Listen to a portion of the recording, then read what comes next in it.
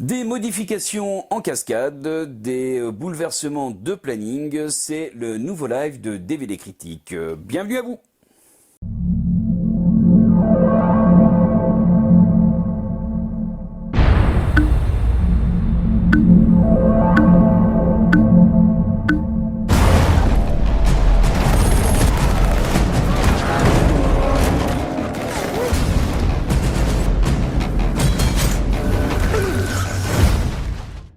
Alors on le sait, la crise sanitaire s'est invitée chez nous et malheureusement, enfin s'est invitée chez nous, elle s'est invitée dans le monde entier et a provoqué beaucoup de modifications de planning de sortie sur le grand écran, que ce soit aux États-Unis ou que ce soit en France et voire même dans toute l'Europe.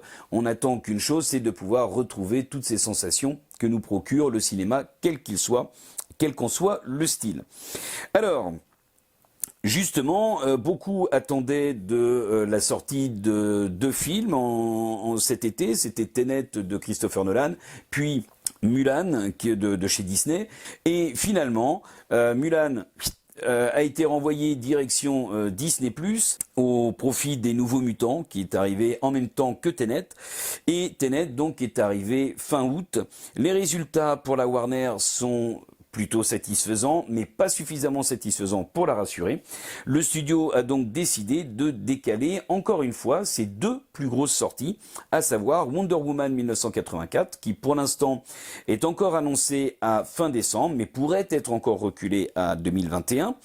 Et on a évidemment Dune, qui lui avait une date de sortie à décembre 2020, et la Warner a laissé entendre qu'effectivement il pouvait sortir plutôt sur 2021. C'est pour ça que si vous re-regardez la bande-annonce qui est sortie il y a quelques jours, et ben vous verrez qu'il n'y a pas de date de sortie prévue. Donc pour l'instant, c'est un petit peu le flou autour de cette nouvelle adaptation de Dune par Denis Villeneuve. Il se passe quelque chose en moi. Quelque chose s'éveille dans mon esprit, je n'ai aucun contrôle dessus. Qu'est-ce que tu as vu? Une croisade se prépare.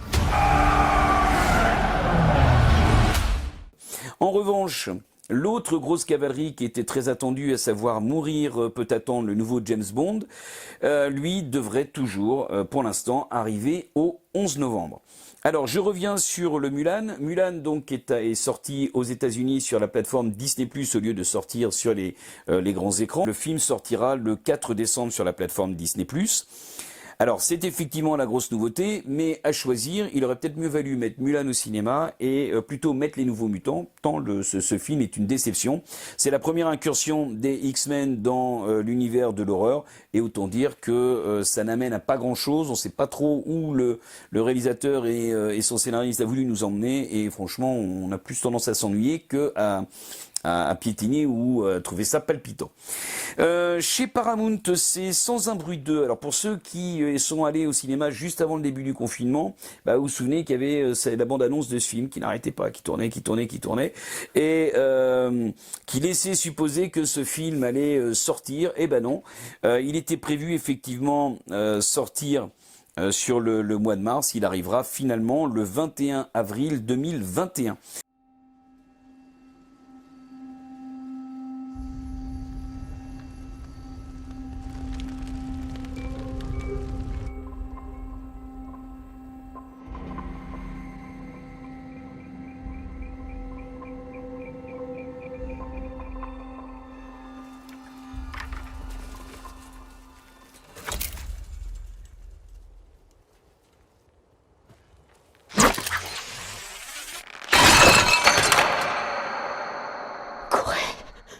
Chez Universal, donc, qui distribue le nouveau James Bond, il y a Trolls 2 qui, lui, devait arriver au 1er avril dernier et qui arrivera finalement, là, dans quelques jours, le 14 octobre.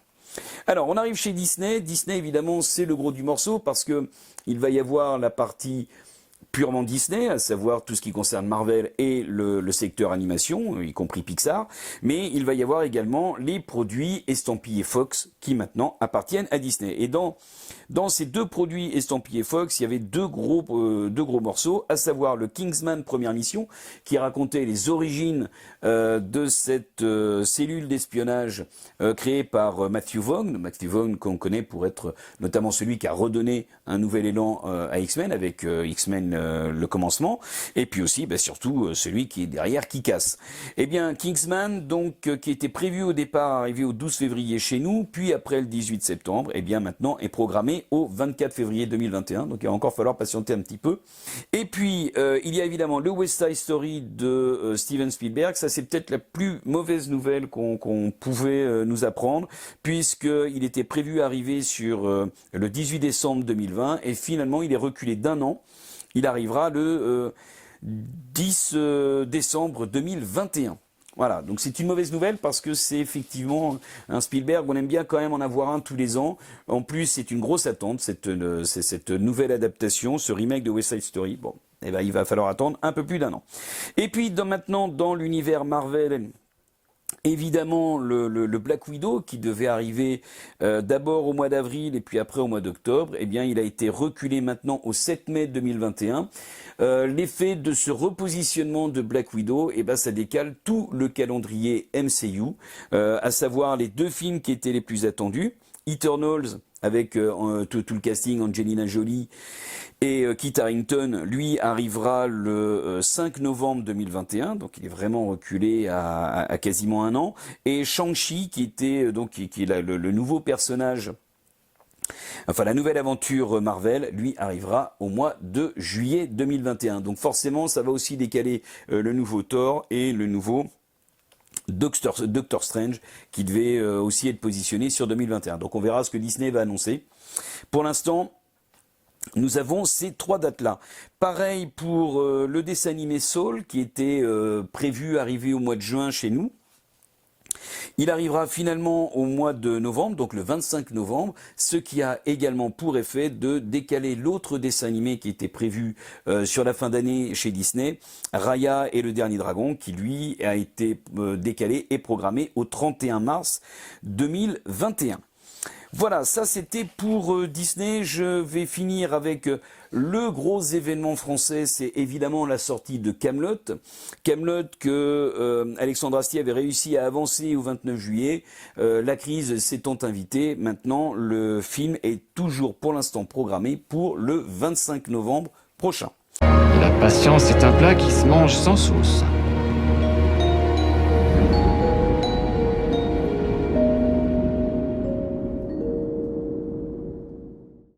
Voilà, donc ça nous donne, pour finir, un calendrier qui va permettre d'ailleurs au cinéma français et européen de briller un peu plus que le cinéma américain. Une fois n'est pas coutume, pourquoi pas. C'est aussi un calendrier qui montre que 2020 se fera sans Marvel. Ce sera la première année depuis plus de 10 ans qu'il n'y aura pas de Marvel de programmé. Finalement, c'est pas plus mal, ça va permettre un petit peu de se reposer de ces aventures un peu bruyantes.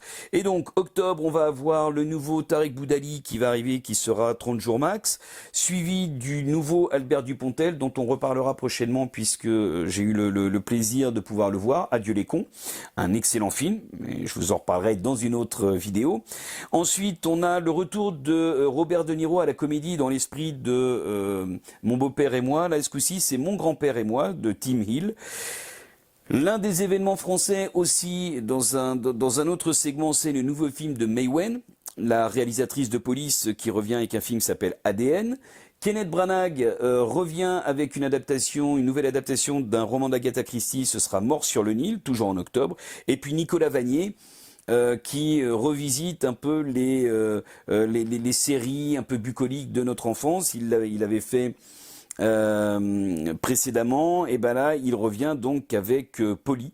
Oui, il l'avait fait, voilà, j'avais un petit trou de mémoire. Il avait fait avec Belle et Sébastien. Là, il revient avec les aventures de Polly, le petit poney. Ça, ce sera pour fin octobre. On aura l'occasion d'en parler aussi puisque je dois aller voir le film à la fin du mois. Donc, ça me permettra de vous dire ce que l'équipe en pense.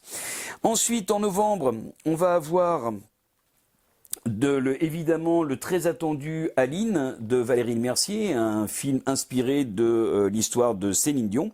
Et puis c'est surtout en décembre, on va commencer à avoir des choses arriver. Il va y avoir les Croods 2, donc ça c'est DreamWorks qui va nous offrir ça. Bon, est-ce nécessaire? Mais de toute façon on ne pourra pas y échapper. Les Tuches 4 arrivent aussi en décembre, suivi de Free Guy de Sean Levy avec vous allez voir un personnage de jeu vidéo qui va se retrouver. Bon voilà, c'est avec Ryan Reynolds. Ça devrait être très drôle. Ryan Reynolds, pour ceux qui n'auraient pas percuté, c'est Deadpool.